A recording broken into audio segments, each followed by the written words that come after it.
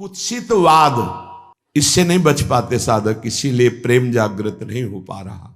विकार हैं ये षड विकार, जित, अनघ, अकामा, ये कामनाएं पाप कराती हैं।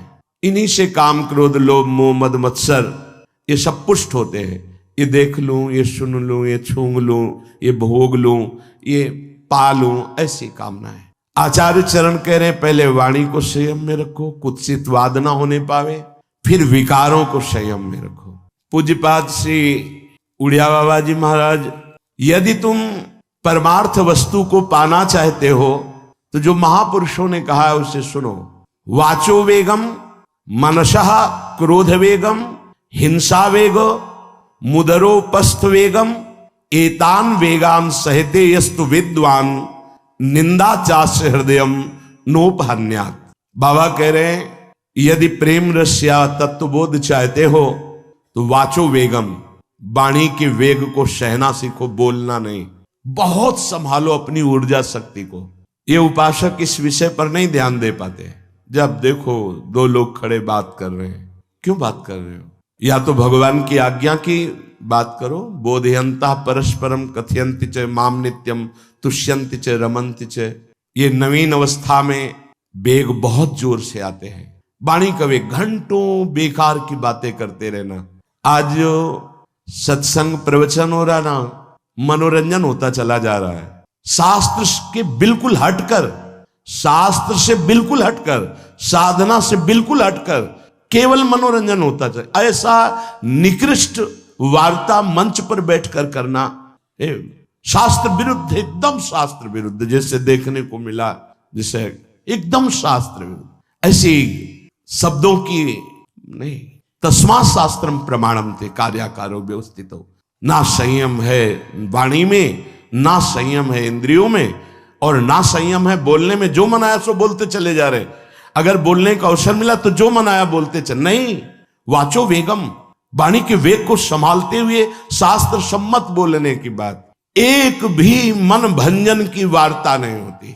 इंद्रिय, मन, इनको केवल प्रफुल्लित कर दे नाच गा के बजा के। आचार्यों की वाणी ऐसी नहीं रही, महापुरुषों का उपदेश ऐसा नहीं रहा। प्रार्थना मान लीजिए, ऐसी वाणी सुनिएगा मत, कान में अंगुली डालिए और चल दीजिए, नहीं तो भ्रम पैदा हो जाएगा। अगर शास्त्र सम्मत वार्ता नहीं है तो कोई भी बोल रहा हो हमें नहीं सुनना चाहिए। ये प्रवचन, ये सत्संग, ये श्रीमद् भागवत का साप्ताहिक अनुष्ठान, ये जगत मंगल के लिए है, ये मनोनिग्रह के लिए है, ये इंद्रिय निग्रह के लिए है। ये मन और इंद्रियों को प्रफुल्लित करके विषय रस में डुबोने के लिए नहीं है, भगवदानंद के लिए। ऐसे ऐसे वाक्य बोले जाते हैं कि अंदर से लगता क्या होगा आगे चल करके, ये और बड़े बड़े टाइटल शब्द आगे लगते हैं। अब ये बेचारे लोग न जो शास्त्र को जानते हैं, न सिद्धांत को जानते हैं, न साधना को जानते हैं, बस उनको भी लगा चलो 2 घंटे हंस खेल लिए। अरे ये जो मंच होता है, ये जो उपदेशक का पद होता है, ये जीवों के परम कल्याण के लिए होता है। वाचो वेगम, वाणी को थोड़ा शासन में रखिए, वाणी को शास्त्र सम्मत बोलिए। ये मनोरंजन का क्षेत्र नहीं होता सत्संग प्रवचन।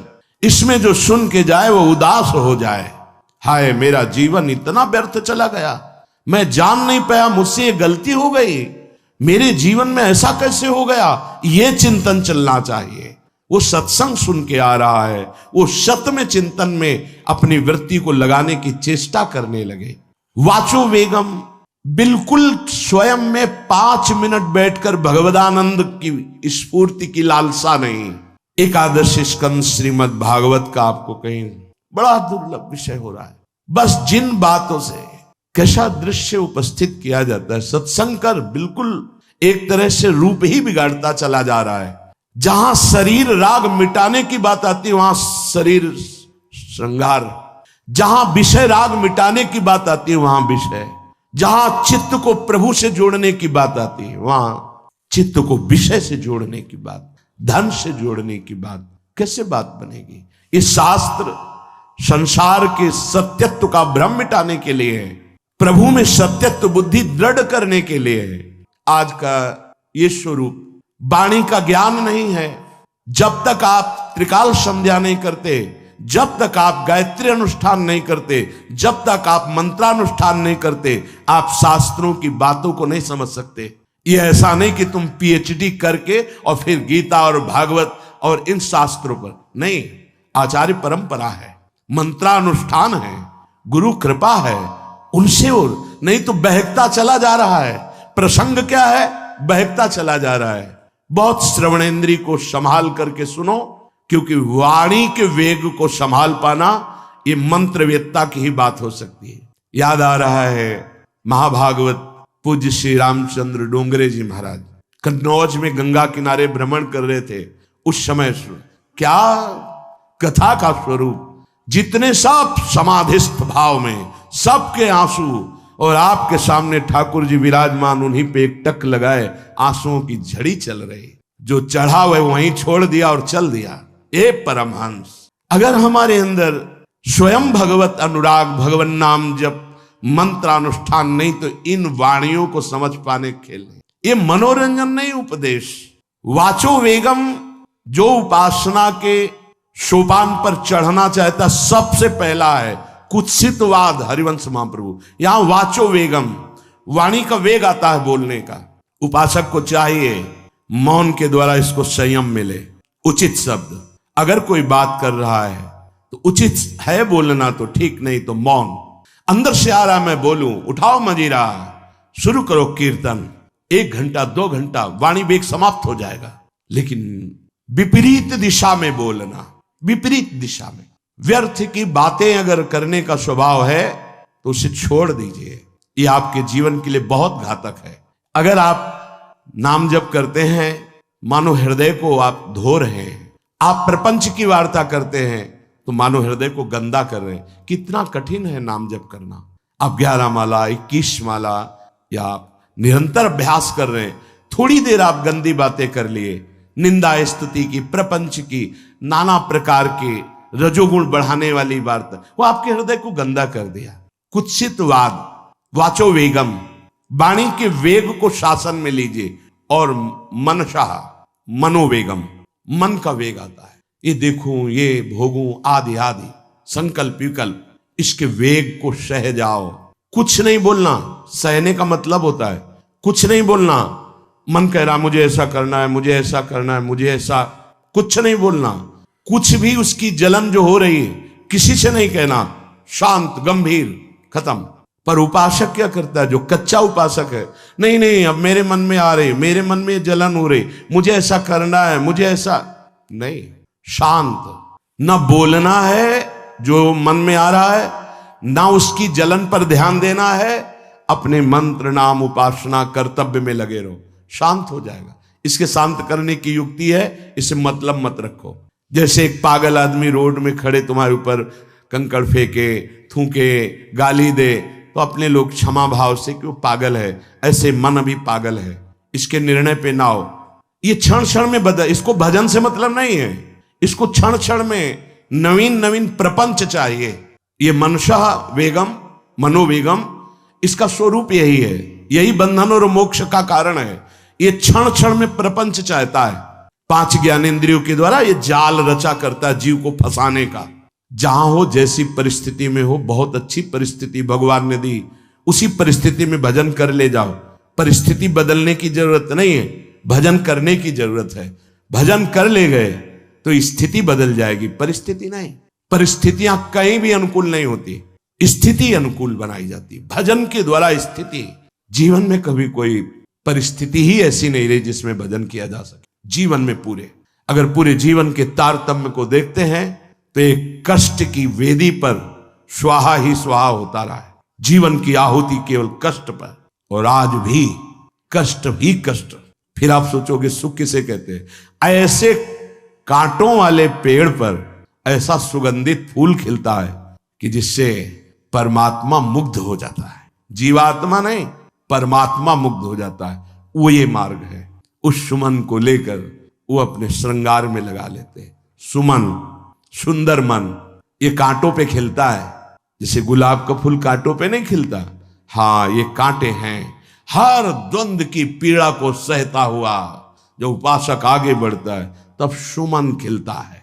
उस सुमन को प्रियाजू अपने केश पास पे धारण करती, उस सुमन को प्रियाजू अपने कर कमल में लेती है। अगर आप सहना नहीं सीखे, मांगे बनी रही हृदय की, ऐसा हो तो भजन हो सकता है, ऐसा हो तो भजन, तो लिख लो आप। मन बहुत चंचल है, इसको हर समय नवम नवम नवम, जहां जैसी परिस्थिति उसी में भजन करके निकल चलो। गृहस्थ में हो, विरक्त में हो, गांव में हो, शहर में हो, जहां जैसी परिस्थिति बदलने की कोशिश मत करो, स्थिति बदलने की कोशिश करो। जिनको लगता है परिस्थिति बदल जाएगी तो भजन होने लगेगा, नहीं, भजन होने लगेगा तो किसी भी परिस्थिति में भजन होने लगेगा, भजन नहीं तो किसी भी परिस्थिति में नहीं होगा, पक्का समझ लीजिए। इसलिए मनोवेगम, ये जो मन का वेग आ रहा है, इसको आप सहना सीखो और प्रियाजू पर भरोसा रखो।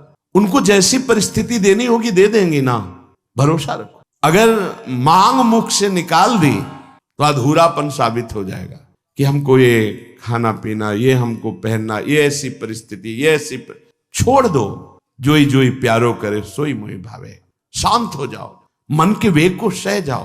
क्रोध वेगम, महाप्रभु कह रहे कुत्सितवाद विकार ही, समस्त विकारों में प्रधान विकार होता है काम, काम से ही क्रोध का प्रादुर्भाव होता है। क्रोध एक वृत्ति है जो आने जाने वाली, स्थायी कोई नहीं है। जिस समय आपके अंदर क्रोध आए, इस समय मौन होकर हट जाइए वहां से, तुरंत जाकर थोड़ा ठंडा पानी पिए, प्रभु के चरणारविंद की तरफ अपनी वृत्ति को ले जाने की कोशिश कीजिए। उस व्यक्ति से चिंतन हटाइए जिससे क्रोध आ रहा है, उस व्यक्ति की उस क्रिया से चिंतन हटाइए जिससे क्रोध आ रहा है, हट जाइए। ये क्रोध का वेग अगर आता रहा तो भजन करने पर भी अनुभव नहीं हो पाएगा। एक बार अच्छे से क्रोध आ जाए, अंदर हृदय जल जाए, तो 1 महीने भजन के प्रभाव को रोक देता है पूज्य बाबा के उसमें। फिर आप अगर 12 बार साल में आ गया तो क्या अनुभव में आ गया। इसीलिए 20-20, 50-50 वर्ष हो रहे हैं, कुछ अनुभव में नहीं आ रहा। बहुत सावधान। क्रोध हमारा नाश करता है, किसी और का नहीं। हमारे भजन का, हमारे हृदय के आनंद का, हमारी वृत्ति का बड़ा हल्का स्वरूप हो जाता है क्रोधी पुरुष का। इसलिए क्रोध को सहना है, उसके वेग को सहना है। वाणी के वेग, मन के वेग और क्रोध के। अगर क्रोध के वेग को सह गए तो अगला है हिंसा का वेग, वो अपने आप सह जाओगे, क्योंकि क्रोध से ही हिंसा होती है। हिंसा का वेग, वाणी के द्वारा बहुत हिंसा होती है। ऐसे कठोर वचन बोल दिए जाते हैं जो हृदय को चुभते रहते हैं। बाहर का डंडा लगा है, पिटाई हुई तो 2-4 दिन में ठीक हो जाएगा, लेकिन हृदय में जब पिटाई की जाती कठोर वचन के द्वारा तो 10 साल बाद अगर दिखाई दे तो फिर ये वो बोला था, ऐसा बोला था, वो हृदय में घाव बना रहता है। वाणी का हिंसात्मक स्वरूप प्रायः क्रोधी जनों में ही पाया जाता है। अगर क्रोध वेग को सह गए तो वाणी के द्वारा हिंसा नहीं होगी, और मन के द्वारा मलिन हृदय में हिंसा का भाव होता है कि चलो हम वैष्णव में मारेंगे तो नहीं, पीटेंगे तो नहीं आपको, लेकिन भगवान तुम्हारा नाश करेंगे, भगवान बहुत जल्दी, ऐसा भाव मन में, ये भी हिंसा है। शरीर के द्वारा तो ना वाणी के द्वारा, ना मन के द्वारा, ना शरीर के द्वारा। क्यों? उसके हृदय में भगवान बैठे हैं, हमको उनको रिझाना है, हमें निर्दोष होकर भगवत प्राप्ति करनी है। ये हजारों दोषों की पंक्तियां यहां हैं। कोई कह दे हम निर्दोष हैं, हमें लगता है कि यही सबसे बड़ा दोष है। नहीं तो अंदर देखा जाए ना तो क्रम क्रम से धीरे धीरे निर्दोष हुआ जा रहा है प्रभु की कृपा से। कोई जन्म से निर्दोष नहीं होता, वो तो अवतार होते हैं भगवान के। एक पद में था, शरण जिसको ले ली हृदय से लगा, और विषय पंख से धीरे धीरे, क्रमशः विषय पंख से धीरे धीरे उसको हटाया। हित जो महाराज जी के लिए आया, हमारे हृदय को धीरे धीरे निर्विषय किया जा रहा है। और सहत सहत बाढ़े भगत ग्रहतन गुरु हितगार, इन दोनों का मिलान कर धीरे धीरे सहाते सहाते हमें निर्विषय किया जा रहा है। आचार्य चरण, इष्ट देव, गुरुदेव कर रहे। हमको राजी रहना है। जैसी परिस्थिति है, जैसी भी हमें गुरुदेव रख रहे हैं, इष्ट देव रख रहे हैं, हमें राजी रहना है। इससे क्या होगा कि हमारे अंदर क्रोध नहीं आएगा, गुस्सा नहीं आएगा। नहीं, ये इतना बेईमान मन है कि इष्ट देव पे भी गुस्सा कर सकता है, ये आचार्य पे भी गुस्सा कर सकता है, ये परम कृपालु गुरुदेव पर भी गुस्सा कर सकता है। क्रोध वेग सह गए तो वाणी और मन और शरीर के द्वारा जो हिंसा का वेग है उससे बच जाएंगे। फिर कह रहे हैं उदर वेगम, उदर वेग भूख। आप लोगों को तो हमें लगता है कि इस वेग को सहना ही नहीं पड़ता। ये जो विरक्त गंगा किनारे घूमने वाले हैं, इनको ज्यादा इस वेग को सहना पड़ता था, क्योंकि प्रायः कभी ऐसे शाम के समय पहुंचना होता जब आप गंगा किनारे नहीं रुक सकते तो आश्रम। अब वहां पूछ लिया तो पूछ लिया, नहीं पूछ लिया तो राधे श्याम पड़े। अगर कोई मंदिर मिल गया तो हम आश्रम आदि कोई खोजना ही नहीं, गांव में तो जाना ही नहीं है, क्योंकि नवीन अवस्था में कभी गांव में भिक्षा भी नहीं मांगी, आकाश वृत्ति का ही आश्रय लिया जो शास्त्र सम्मत। गांव में कभी पूरे जीवन में किसी गांव में किसी एक रात्रि किसी घर में कभी शयन नहीं। गांव के किनारे मंदिर मिला या कोई आश्रम संत जनों का, वहां भूख के वेग को जो सह जाए तो भजन में बहुत रुचि हो जाती, क्योंकि भजन से चित्त हटेगा तो भूख व्याकुल करेगी, और उसकी व्याकुलता से बचना है तो भजन में लगना पड़ेगा। और आपको सच्ची कहते हैं कि कई कई दिन भोजन न मिलने पर भी शरीर में गंगा जल के कारण कभी कमी महसूस नहीं हुई। जो दूध में पावर है उससे अधिक सामग्री गंगा जल में है। अब वो बहुत से ऐसे नगरों के समीप से गंगा मैया निकली जहां से बड़ी बड़ी फैक्ट्रियों का, तो नहीं, बहुत सुंदर गंगा जल, वो तो सुंदर है ही, था, है, रहेगा। अपने लोग बड़े बड़े ऐसे नाले ऐसे जिससे वो भाव तो है पर वस्तु तत्व है, पर जो दृश्य है वो अब गड़बड़ हो रहा है। ऐसे यही बड़ा नाला गिर रहा है सामने जाके, अब वहां ऐसे रज लेके ऐसे लगाओ तो दुर्गंध युक्त निकलेगी, क्योंकि वो ऐसे देखो तो ऐसे पदार्थ बहते नजर आ रहे कि अब ये दुर्भाग्य ही है समय का कि परम पावन गंगा यमुना जैसी नदियां जहां स्नान आचमन और भरपेट जल पीकर परम पवित्र और भगवदानंद में डूबा जाता था, वो भी सौभाग्य छिन रहा है।